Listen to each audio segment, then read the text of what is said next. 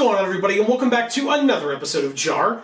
JaAR, for those of you that may be new, stands for Joe and Amy Review, and this is our twice-ish weekly show where we review the Magic stories. And today we are back with more of the Dominaria United stories, side stories in particular, with the second side story, The Education of Ulf by Brian Evanson.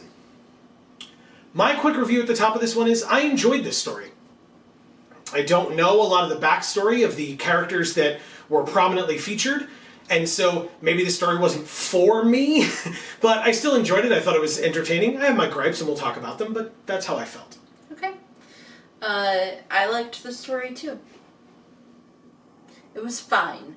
As to its importance in the scheme of all the other stories, I kind of don't know. For the Dominaria United stories, I mean, that's a fair question, because it talks about the Tolarian Academy, which might become relevant in some capacity, and how it seems like, you know, they are rotten to the core, so to speak, around there. Yeah. It's tough.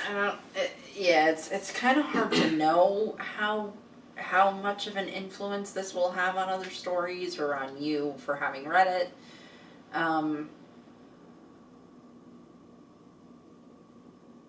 So I kind of don't know. But you enjoyed it, you were entertained by it. So like if people want an entertaining read as opposed to a canonically important one, this could still be a good one, you could say. Yeah, I said that already. That's fair. I've just, fair enough.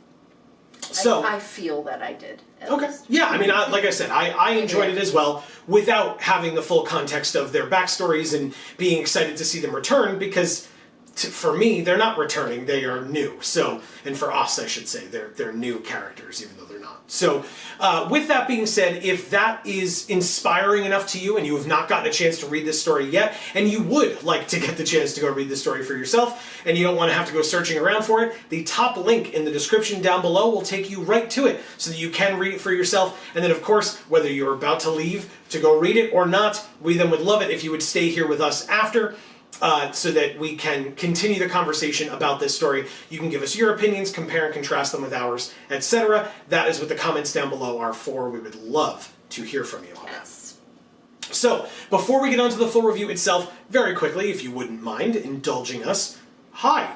Welcome to the channel. Hello. We're Geek for All. We're super happy to have you. If you're enjoying the things that we're doing on this channel, we would really love it and appreciate it if you would subscribe and ring that bell, so that you will get notifications whenever any of our videos come out, or whenever we go live, which is typically every Monday and Friday at 8 p.m. Eastern Time. That will include today, the day this video goes up, but it will not include this Friday. And the reason is because this Friday is pre-release Friday. But if you stay tuned to the channel, we do special things for pre-release weekend. We will be getting a bunch of kits and opening them to check out the new set as quickly as we possibly can in physical form. But if we want to check out the set as quickly as possible in digital form, well, look no further than this Tuesday will be the Dominaria United Early Access Streamer event, sponsored by Wizards of the Coast. We will be streaming starting around 1 p.m. Eastern. Sometimes it takes a little while for the stuff to download, but around 1 p.m. Eastern for as long as we possibly can. It's usually around 12 hours because YouTube likes to cut off the VOD at that point, so why would we go further? But it might be longer, it might be shorter by a little bit, who knows. But we will be streaming all day long, and we are going to be playing Limited. That's sealed and draft. There are going to be folks attempting to brew new standard. We are not those people, and we encourage you to go to Wizards' website to find the list of streamers and go check out the folks who are going to be doing that. We will be doing Limited, and we would love, love, love to have you join us. Yes. As with any of our streams, hop in the chat, say hey, let us know how you're doing. We'll be talking about the cards, the set, and then whatever else people want to talk about that may have little to nothing to do with Magic the Gathering. That will be our thing. Usually does. Exactly. But we will be streaming on Monday the day before, where we, on Mondays, stream Magic the Gathering Arena as well. And if I didn't mention, Tuesday's stream is fully on Arena against other streamers and content creators. So if you're interested in that kind of thing, again, we'd love to have you. They're such a blast, such a good time. And if you've seen that ad for the event on YouTube or Twitter or wherever, you might have recognized some familiar faces. We were super happy to be included, so that was really awesome. And if you have not seen the ad yet, I encourage you to look it up because it was great. We were in it. Great. We were in it twice, and we were very flattered to be. So, but that should. Oh, and then last but not least, we have other channels as well. Links in the description box below. Video Games for All and Gluten Free for All. We highly encourage you to check those out. And then wherever you are, as we said, subbing, ringing the bell, super important. We really appreciate it. So, sorry for the delay, but onto the full review itself. This story was cool. It's funny. From the beginning, I thought I would like it because it took some time. The story took some time to describe Ulf's backstory a little bit. Get to hear about his family life, what his parents are like or not like, and where his motivations come from. And they make him a sympathetic character because he's like, hey, look, I'm trying. You know, like, I'm not great. I know I'm not great, but I'm here. I'm doing my best. And he just gets shit for it. Like, he got shit for it from Thranageld at the beginning, and to a degree, he got shit from Jared for it at the end, too. You know? And I think Jared kind of helps him to realize, too, and maybe entices him to leave at the end. I guess spoilers, because we're going to be discussing the full story, so. But I guess Jared kind of, like, convinces him to leave by being like, okay, but you don't have any inherent skill, so why are you actually here? Right. And he's just like, well, I guess they needed somebody to clean out the stables. And Jared's like, okay, well, now you figured it out. And then Ulf leaves because now the academy is destroyed. Right. So he's got to go out and use that book somewhere, you know, and like try to do something with it. But because so you didn't love that section with Thranageld in the beginning, though. Do you want to talk about that? Well, I was just like annoyed. You were like, "Oh, this is interesting," and I was like, "Ugh!" Like I hate this because it's just like a dude being an asshole and just like taking advantage of this kid because this kid like can't really stand up for himself against him because he's, you know, powerful, I guess. I mean, in more ways than one. Ulf doesn't have the magical ability that Thranageld presumably has, but also Thranegeld's his teacher, so is in a power position in comparison as well. Yeah. So, shocking that me, the person who was from an abusive home, would feel that way about that section of the story. You never. Yeah, but again, that's how you and I are able to differ, where I looked at it and I was like, oh, cool, like Thranageld like took some time to look at him and was like, you know, it seemed like Thranageld was looking to take an interest in him and say, you know what, you may not be great, but you're great at research. And I see that in you, and so I'm going to give you a special secondary assignment for you to do some research for me. And I thought, oh, how cool. He's like taking an interest in a student who's like struggling a little bit and whatever. But your point was, no, he's taking advantage of a student who's struggling. So, you know. Yeah. Just interesting to see the ways that both of us thought of that. Mm-hmm. Depending on which side you were on with literally anything. But we would, you know, let us know in the comments down below. Were you leaning more towards what I was thinking, what Amy was thinking, or something entirely different? And then he was doing a history report on the Silex Blast, because of course he was. Right. Nothing ever comes of that. It's just, you know, just what his actual report is on versus what he's really doing. And the symbolism or the metaphor of him finding the story about Corondor buried deep in the library, all mildewed and like not paid attention to anymore. The cover's been ripped off, and he picks it up and reads it and is like, is this even real? Like, could this be a fairy tale from a child? And again, similar to what we saw in the last side story with Liliana, which, if you have not seen that video, by the way, it's a long one, but it is worth it. Check the iCard in the top corner. Definitely worth it. Skip through all my BS, get to Amy's stuff. It's better, I promise. I just had to get my crap out in the beginning, and then Amy got to actually talk about real crap at the end. So it was all good. Thank you. Amy's was better. But yeah, like I said, you can click that iCard that I put up at the top if you want to go check that video out for yourself. But the Liliana story did the same thing, where she was in the Biblioplex in Strixhaven. And she finds an old book about Dominaria where she reads about the Raven Man and finds out who he is. No spoilers, go watch that video. But, like, who he actually is. And this story is like, hey, Jared Carthalion is here. Hey, I'm not going to, am I quickly? Oh, yeah, Gaedrone Dihada is being talked about in this book as well. The Carthalion people, the true rulers of Corondor, Sol Kanar, a once Marrow sorcerer, all these other things. I'll talk about that in a minute. But I was not aware of that story. You were not aware of that story. We've been, again, we talked about this in the first review that we did of Dominaria United stories. We've been following Magic Story for over 10 years. And because Magic is entering its 30th, there are plenty of stories that we don't know about. We haven't even been following it for half of its time around. Right.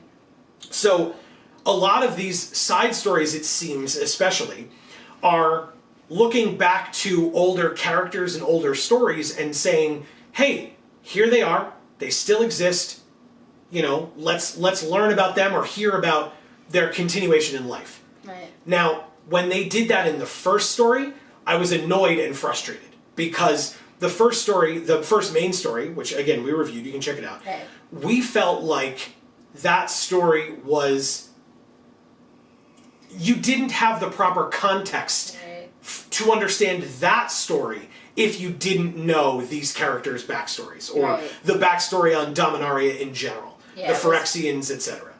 It was basically that we were looking things up and reading about those things that we've looked up for longer than we were reading the actual story. Absolutely correct. Absolutely correct. Like a lot longer. Whereas with this, I have not looked up a single thing about any of these folks, neither have you, following and or before, really.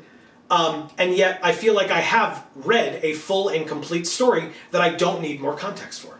Okay. If I want to look up more context, I can, but I don't need to understand what we read here. Yeah, right? I mean, I could use some more context, but I kind of, like you said, I don't need it. Yeah. Yeah, because I think what he read in the book, right, that he found, and what of that was explained to us, gave you all the backstory that you needed. It was a little summary, and it was a really clever way to put it in there, but that's fantastic. Absolutely do that. Because the whole point of, like, you know, how did I write it down here? I'm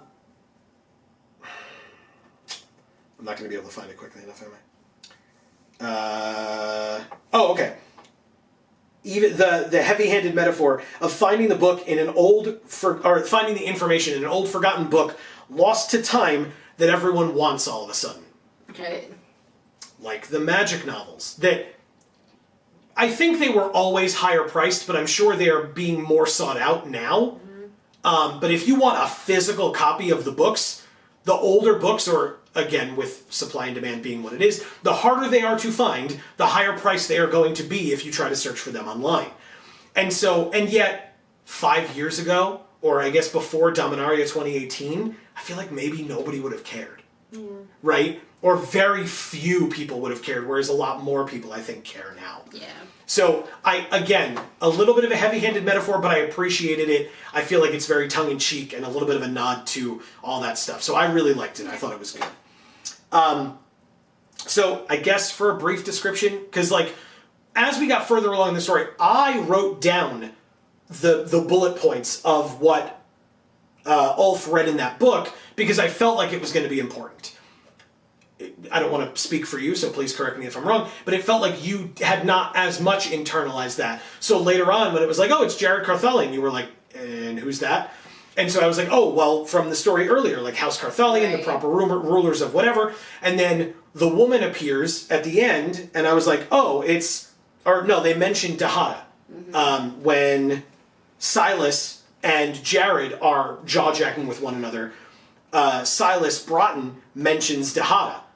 And Jared's like, oh yeah, I understand that. And I was like, do you remember who Dihada is? You're like, no, why? I'm like, okay, it's the planeswalker who cursed Sol Kanar. Like, so I had all that stuff written down, and it only amounted to like 5 lines, which considering what we read for the first story, is impressive, I think, right? Because that was a lot of information that we needed to gather all at once, whereas this, and was voluminous. This was not as voluminous, it was very well summarized, and so I think the author did a very good job of that. Okay. Personally. Yeah. One thing where I think the author slipped a little bit, talking about the actual writing style or writing ability or what have you, there were not, I think, enough descriptions in this story. So sometimes, and it depends on, I think it depends on my mood and like what I'm reading. If I'm reading a setting, especially for Magic, where I feel like I'm familiar enough, then if they're describing the Forest of Zendikar again, I'm like, okay, yep, we can probably move on. And, the wind whistled through the leaves. And, like, I get it. It's important. I need it, right? Or it needs to be there. But I don't need it in that moment. Let's move on. No. For this story, especially, the one that clued me into it was Silas Broughton. They mentioned that Ulf knocks on the door, and Silas, like, calmly or quietly answers from inside. And so Ulf walks in the door. Now, this is the first time, maybe, that Ulf is seeing Silas. Maybe it's not. But it's definitely the first time we as readers are seeing Silas. Right. There is not a word describing him. Not a word. Not what he's wearing, not the color of his skin, not whether he has long or short hair, nothing. So, but this is a story. So if I'm attempting to, like, picture this person in my brain, I literally cannot do it. I can't. Now, there is a great description of when he becomes a Phyrexian, and his head splits open and everything like that. But if I'm attempting to picture, from the description that you're giving, a red line starting at his forehead, going down to his chin, and then it splits open, what face am I picturing? Is it a generic white dude? Is he young? Is he old? Is he middle-aged? I have no idea, because there was no description for this character whatsoever. Now, that being said, it is possible, based on what we've mentioned of ourselves, Jared knew Silas Broughton, right? Jared was like, as soon as he saw Silas Broughton, like, says it right to him. So it is possible that Silas Broughton is a character from prior Magic lore. Yeah. If that is the case, then I partially take back what I said about them doing a good job of giving proper context and backstory for this story. Partially. Because again, everything I said before is still true. But if Silas Broughton is an older character and the rationale is, well, people know him from before, so we don't need to give him, like, visual context. No, you definitely do. It's been 10 plus years, 15 plus years since this character was possibly even mentioned. And I could be wrong. This could be a brand new character in general. But either way, there needs to be description of this person. Or it could be longer than that. Yeah. But nothing. Age, skin tone, hair color, hair length, nothing at all of description. Thranigeld. Now, granted, by the end of the story, both Thranigeld and Silas Broughton are dead. So maybe the point is, well, who cares? They're dead, so you're never going to see them again. So why does it matter? But it matters for the context of you're reading a story. So, like, in the story, you'd like to, again, be able to picture these people, these characters. And all they said, the description for Thranigeld was that he was a florid-faced dwarf. That's fair. At least I know the race of the individual that's speaking now. But I have no idea who Silas Broughton is. Nothing about him at all. When he spoke calmly, I assumed it was an older person, like calmly and quietly. I assumed it was like an older, more like frail individual. I couldn't think of the word. But like an older, more frail individual. Is that a fair thing to think? I don't know. There's no description. It's a teacher, it's a docent, but does that mean that because they're a docent, and a docent, as we looked up because we weren't clear, is like kind of one step below a professor? Is that just because they have not been around long enough to be at the level of a professor, or is it based on level of education? And so Silas just would never do that because, and so could be older. No idea, no context. And that was very frustrating. There should be more description for a character that was very important to the story, right? The Phyrexian student, like the student who Ulf runs past and turns into a Phyrexian, I don't need a full description on what she looks like. She turns into a Phyrexian. End of story. I get it. But Silas was a big part of the story. Give me a description of who he is. That's all. The dead roommates. Brutal description. Speaking of descriptions, brutal descriptions of the dead roommates. Yeah. I mean, I was expecting them to be dead. Yes, Amy called it, definitely. Which maybe other people weren't expecting them to be dead. I also assumed they'd be in there dead, but you called it much earlier than I. But even expecting them to be dead, it was brutal. Yeah, you didn't expect that. The last one who was like cut to pieces and like disemboweled or whatever, and like the pieces of him stacked by the wall. Yeah. Good God, it's so brutal. And like again, like it's interesting. People, I've seen people online, and again, that doesn't mean it's everyone. It was an isolated group, but I saw people talking about like, okay, with the announcements that have now come out about Brothers War, like this set, Dominaria United, Brothers War, March of the Machines Part 2, whatever the hell it's called, doesn't matter. You can leave it in the comments if you really care to, but it doesn't matter to me. But that's all like the Phyrexian story, which is important. Like, let it breathe. I get it. But what it means is, God, I really hope y'all like body horror, because it's going to be around for a while. Yeah. And like, we just came from Innistrad. Right. 2 sets on Innistrad. I don't mean just like Streets of New Capenna was there. Don't get me wrong, and so was Kamigawa. But in Kamigawa there was Phyrexian stuff, so they talked about that. And in Innistrad there was a lot of body horror aspects. So like, what'd you expect from Innistrad? But so what I'm saying is, before this set, or I guess including this set, 4 out of your last 5 sets have been like horror-based stories. Like, vary it. There are other stories that you can tell. You know, and the fact that, again, we're just going to get 3 more sets of it to go is a lot. Yeah. Like, it feels like so much, especially because it's after Innistrad. I'm not telling you not to close your Phyrexian arc. In fact, please do, so that we don't have to wait around for a year to find out what all these machinations, no pun intended, are for. But at the same time, but Innistrad was right there. Like, it's just, it feels very piled on, again, no pun intended, to me, of like horror on horror on horror on horror, and it's like, don't you guys have anything else? Like, there's a lot of other options here. I don't know. That's just how I feel right now. Maybe once March of the Machines, or whatever it's called, comes out, maybe I'll feel differently. Okay. I think it's just, they're trying to stick to what makes sense for what story they're telling at the time. Yes. And I think them telling this story at this time is because it's the 30th anniversary, or the 35th anniversary. 30th. Oh, it is 30th. Yeah. Okay. Well, yeah, I think it is, we're back on Dominaria because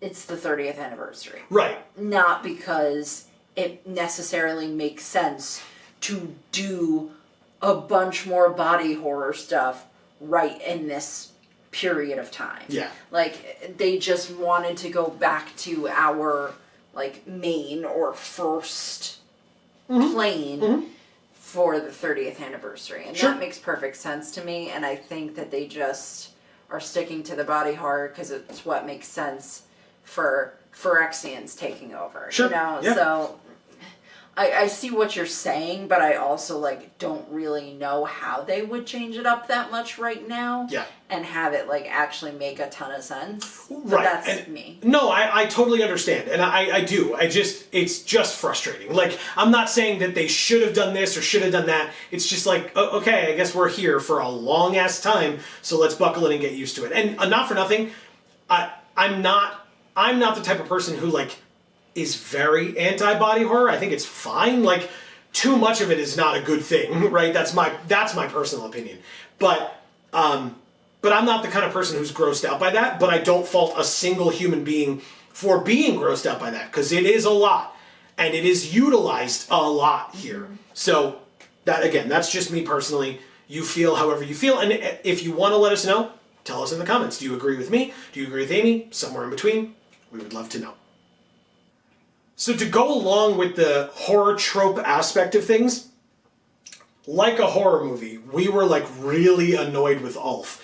We're reading the story and it's like, okay, Ulf, let's think this through for a minute here. You found this book. You told 2 people that you found this book, and now 4 people are dead while someone was clearly looking for the book.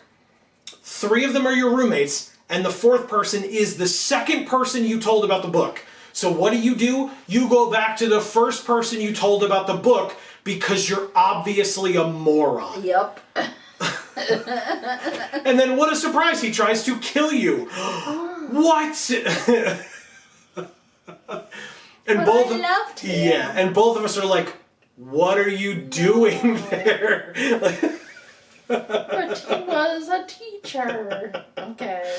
Then, and this is Silas Broughton, if people don't recall, Silas casually says to leave the book with him after a while. He's just like, oh, well, you better hide it. Hide it away. And then casually, as this is a quote from the story, as if he had just thought of it. Mm-hmm.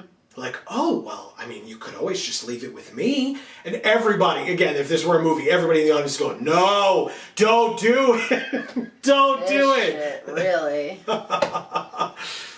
I just, like, what the hell? Then, talking about, again, we talked about this in the last story that we reviewed, which was main story 3, where these, like, centuries-old planeswalkers just become goddamn idiots and are just like, oh, well, whatever, this is probably fine. And then, surprise, surprise, they get attacked by Phyrexians. Like, if people just kept their common sense around the Phyrexians wouldn't be able to do anything. But all these people just lose all sense of common sense. Like,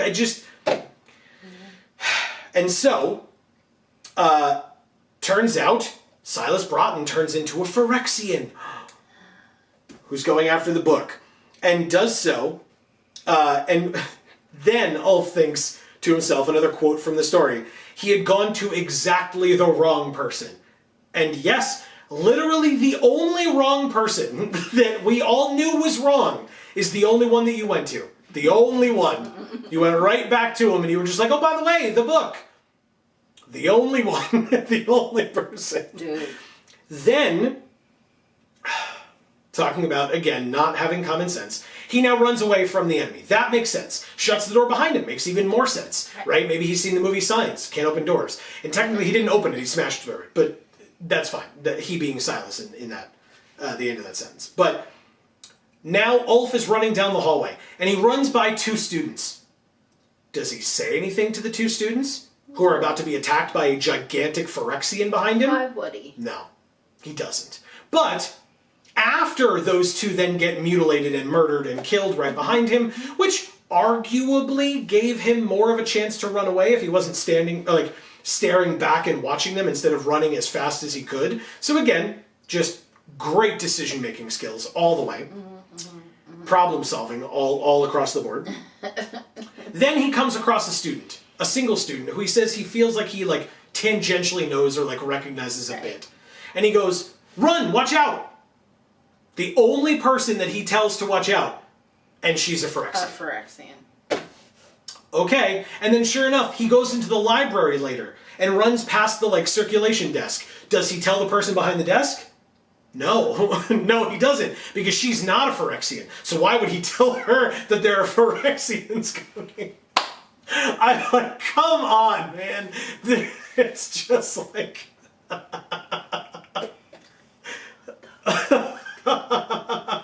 Just none of them. None of the non-Phyrexians have any common sense at all. None of them. And honestly, at a certain point, they deserve what they get. I'm just saying. They need to be completed so that they can have common sense. Yeah. Because if you can't have common sense on your own, join a collective. Eventually you'll have common sense. Oh, God, dude. All of their brains together make one idiot, right? You've heard that phrase. One whole idiot. So yeah, I was like, again, it was just like, this is dumb as shit. Man. Then we see Jared for the first time, although we don't know that it's Jared yet. The story waits a while to tell us. Although, for us, it was not as big of a reveal when it was Jared, because We don't know. It can only be Jared. It's been a while since we've sang that on like stream or something, I feel like. Yeah. But yes, and I loved though, again, a character that we've never met before, but that other people have background context for. We see him, he shows up and is a badass, right? He kills her, the Phyrexian student or Phyrexianized student. Her head gets cut off and then her body falls behind shortly thereafter. He wipes the sword on her cloak or whatever, and then he looks sad. And Ulf kind of questioningly looks at him and he says, she was innocent. She might not have even known what or why they put that into her. Right. That tells you immense things about who Jared is as a person, as a character. So even without the background context, I can still like this character. Because they gave you a kernel, even a kernel of personality for him. It was great, super well done. And I appreciated that a lot. Because that's all it takes, right? I didn't need to know much more than that. Why is he there? How did he know this was happening? At that point, kind of doesn't matter. He's a good guy. He's helping save the day. That's it, right? That's because it's a short story. That's all I need to know. And then eventually we get a picture of him so I know what he looks like as well. Right. And the answer is a badass, is what he looks like. Yeah.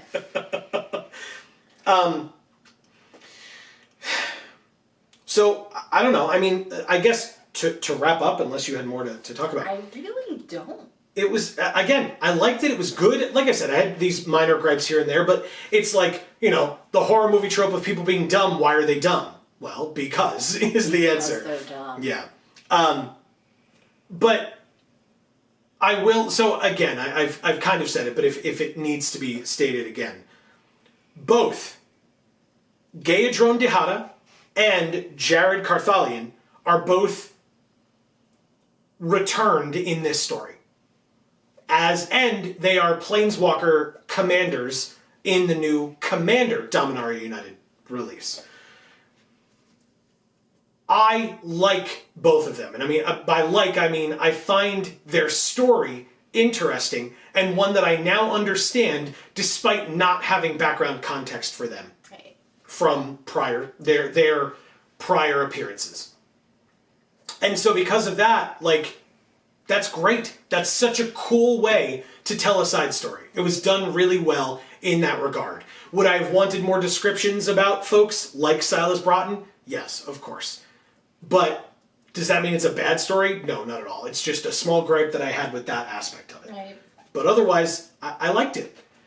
I truly want to know what other people think, especially if you knew Jared and Dihada's stories from before. If you didn't, please still give us your opinions on whether you liked it or not. But if you did know those stories prior, let us know, and let us know what you thought of this one as folks who may have been surprised by their return, confused by their return. I saw a little bit of both. Of like, oh God, Jared's back? Or wait, he's still alive? That kind of thing. So like, I saw plenty of that, both sides of that coin.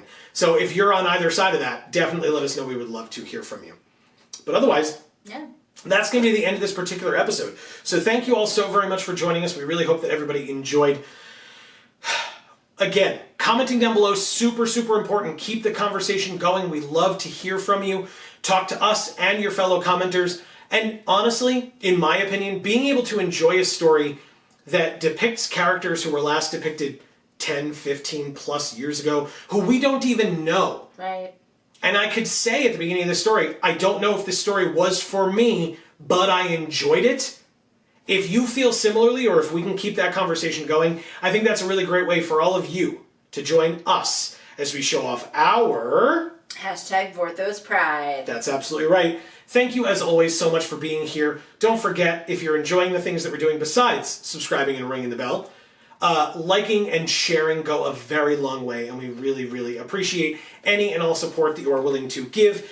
If you are watching this on Monday or Tuesday, the day or the day after it comes out, please don't forget to join us on stream for the early access event. If you missed it but you're still interested, don't forget the VOD will be on the channel. It's going to be a long one, so feel free to skim through.